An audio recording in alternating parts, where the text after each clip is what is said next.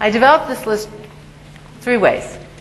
One was, before I ever started interviewing anybody, I sat down and identified who are the 3, 4, 5 people in my life, professionally, not family and friends, but professionally, that I trust. So I said, okay, why? What do they do? Why do I trust them? What is, to see if there was a pattern.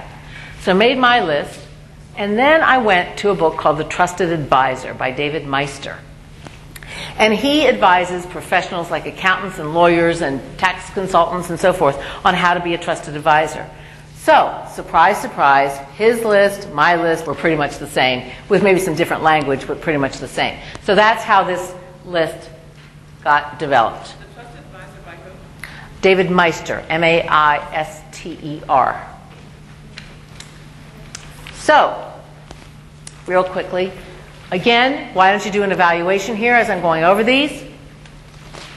Do I consistently focus on my clients, not on myself? It's not about you, it's about your clients. Do I see my clients as my co-equals?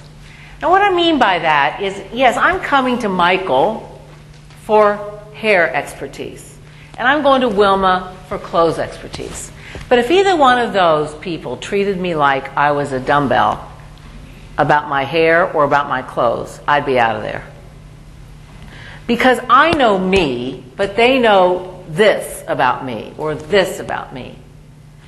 And so there's a respect, even though, I wouldn't be going to them if I didn't need them for their expertise. But it doesn't mean that I'm not also equal to them as, So, but there are some experts, aren't there, that make you feel awful.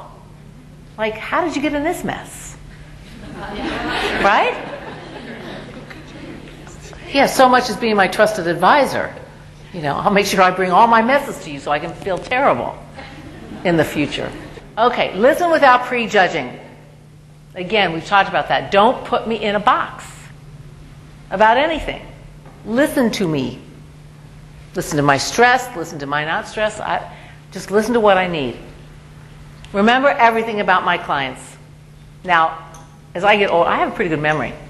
I memorized that speech. Did you notice? Yes. I didn't think my brain could do that. No.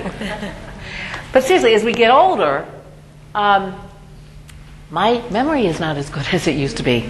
But I don't worry about it because I have what's called ACT. Do you have ACT? It's a software package, right? It has this notes capability, right?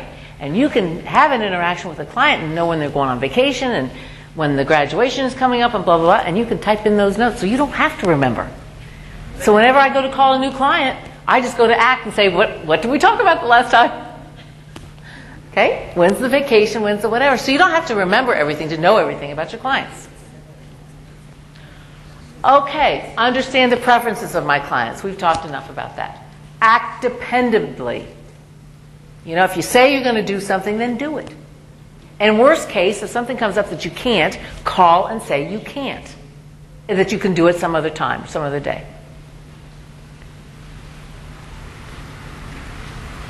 Offer different perspectives. Even though you're an expert, there is more than one right answer.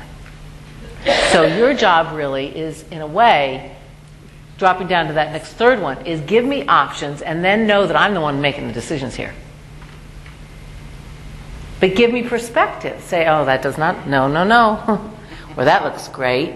Or if you did this with this and this with this. But at the end of the day, I'm the one calling the shots. It's my pocketbook. So again, that goes along with don't force things on your clients. I mentioned yesterday that I told Wilma early on, don't show me the evening stuff. I don't do that. But she insisted, just take a look at it. Fine. She went through it fast. Fine. But I knew you guys did evening stuff, so I didn't even go to Bloomie's or Saks or Barney's. I called Wilma. Help. Act authentically. Somebody asked me in the last session what that meant. What does it mean to you? Be yourself. Be yourself. Be genuine. But first of all, it means know yourself. Know yourself and stay in alignment with that.